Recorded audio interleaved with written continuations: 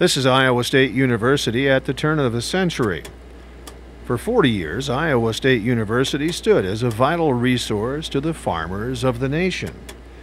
Yet the difficulty that faced the farmers of Iowa was the distance between them and the college. There was a need for rural agricultural education, and the story that follows is an account of ISU's response to that need.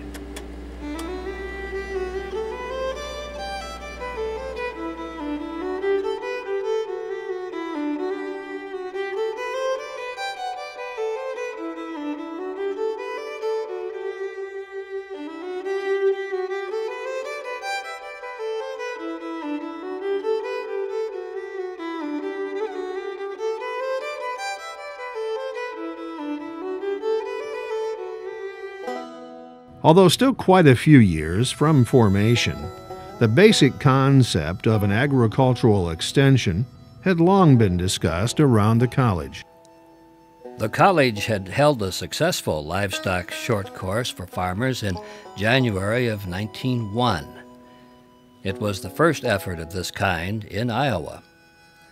The question before the short course committee the following fall was whether another subject such as corn should be added to the program. There was apprehension that corn might be too dry a subject to be interesting, and that farmers might walk out of the class, which would be most embarrassing. R.K. Bliss, Director of Extension. The decision was made, and corn was given a short amount of time on each day of the short course. To conduct the work, ISU looked to an educator from Illinois. Little did they know that the professor would lead the college in making history.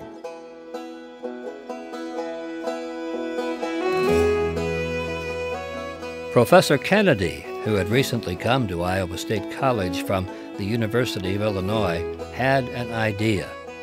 He told about Professor Holden, who had held a very successful corn school at the Illinois Agricultural College, and how he might be procured to teach a corn short course.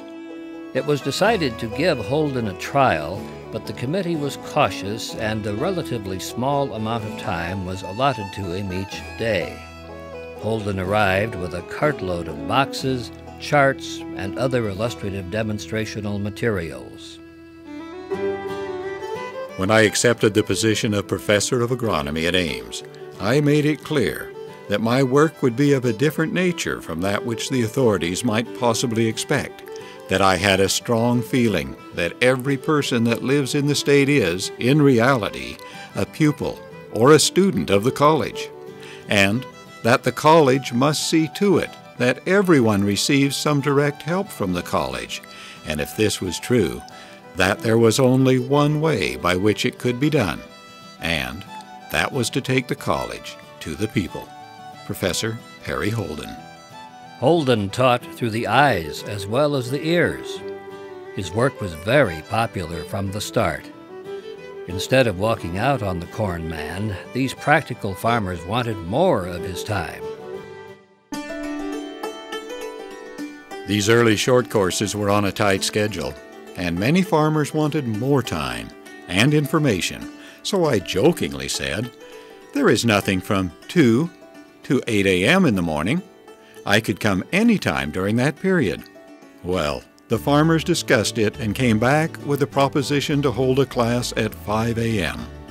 So I said, "That's fine, but bring your lanterns and a lunch. The electric lights are not on at 5 a.m., and you probably will not have time to go home for breakfast."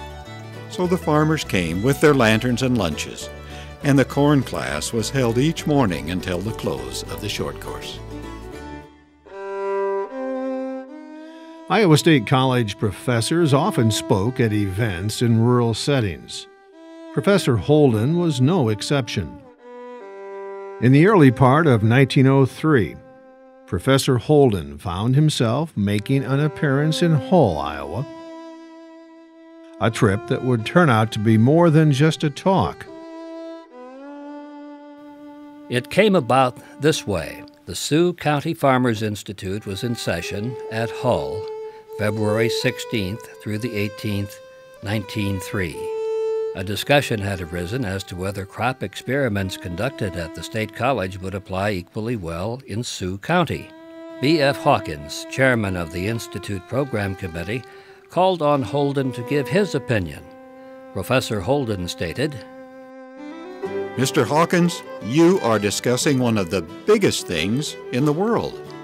Local crop demonstrations close to the people would be of great value, and that each county should put on demonstrations and have someone in the county to direct the events.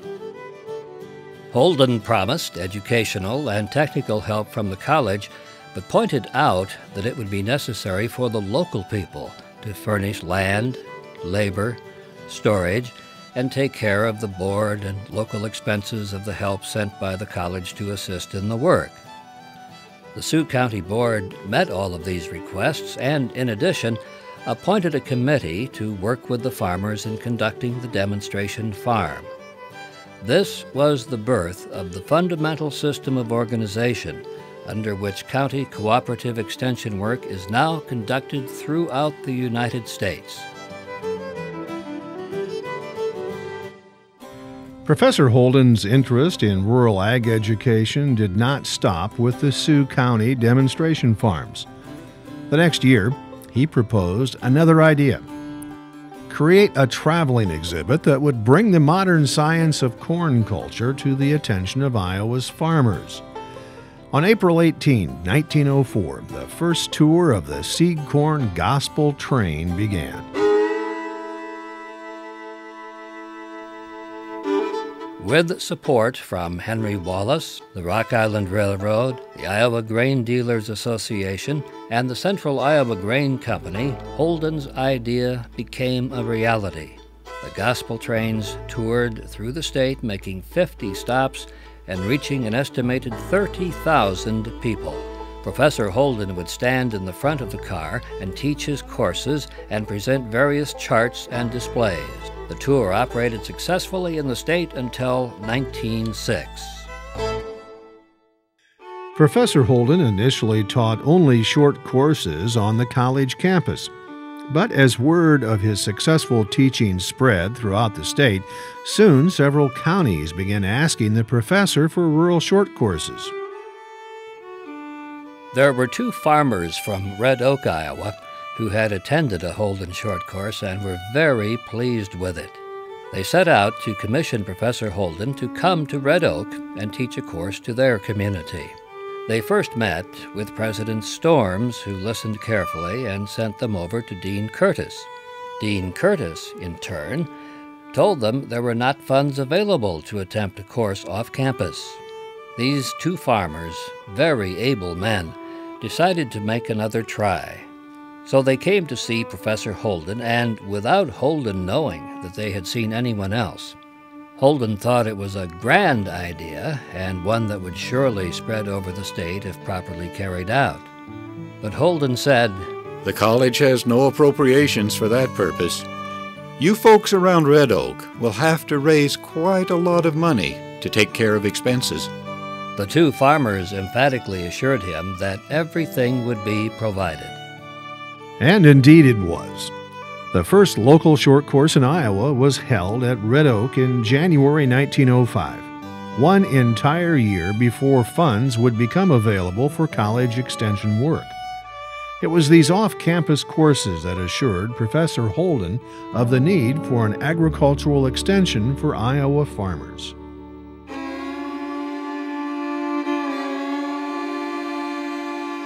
At the conclusion of one of our corn trains, as we were coming back in from Mason City to Des Moines, Uncle Henry Wallace called me into the passenger coach and made the remark that Mr. Trigg, Mr. Wells, and he had talked over matters and that they had a few questions they wanted to ask me. Mr. Wallace asked the first question, which was this: Mr. Holden, these people who we met all along the line have expressed a wish to have more of this educational work. Now, what is the future of it all? Does this end it, or is there something we can do in the future to make it more valuable? I remarked that there should be a force of people all over the state to greater activity and greater interest in the study of the great business of agriculture. How can such a thing be accomplished? Mr. Wallace, it will be necessary to secure an appropriation to provide for this kind of work. He asked me if I would draft a bill covering my ideas along this line, which I did. This bill, considerably trimmed down, finally passed the legislature and became a law. Holden's words and reasoning were strong enough to persuade the Iowa General Assembly to pass what became known as the Extension Act of 1906. During our first year of official extension work, I was able to give nearly 172 lectures, judge 77 corn contests, and devote 28 days to short course work, all with the funds available through the Extension Act.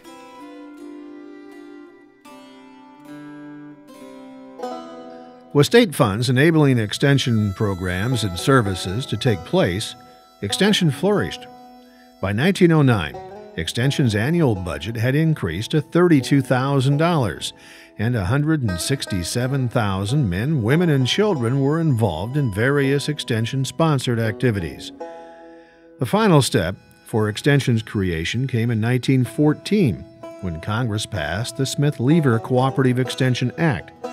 The law created a partnership between the state and federal agencies and provided more funds for the expansion of extension work.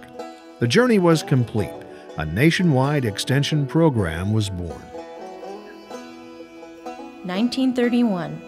Community clubs enroll more than 27,000 rural youth, teaching them how to run a farm and manage a home. 1946. Extension begins public affairs education. 1952. The Iowa 4-H Foundation establishes the 4-H Camping Center. 1955. The Iowa legislature creates county agricultural extension districts. Extension councils are elected in every county. 1961. Extension begins addressing area economic development. 1963. The Iowa legislature appropriates funds to establish the Center for Industrial Research and Service, CIRUS. 1965. The first area extension office is established in Ottumwa.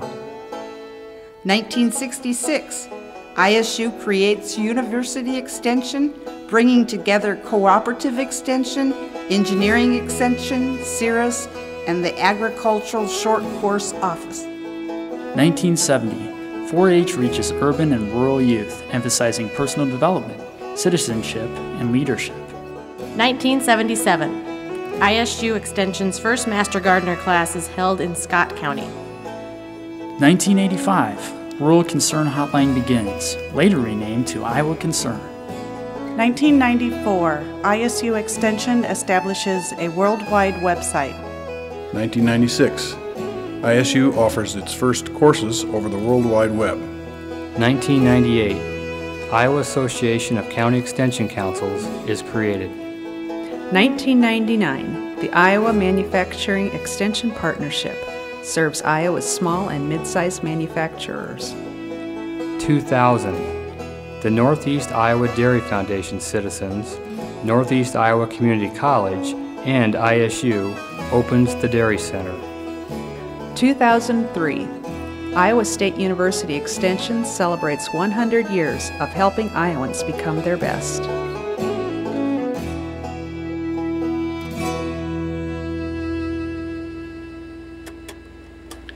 100 years.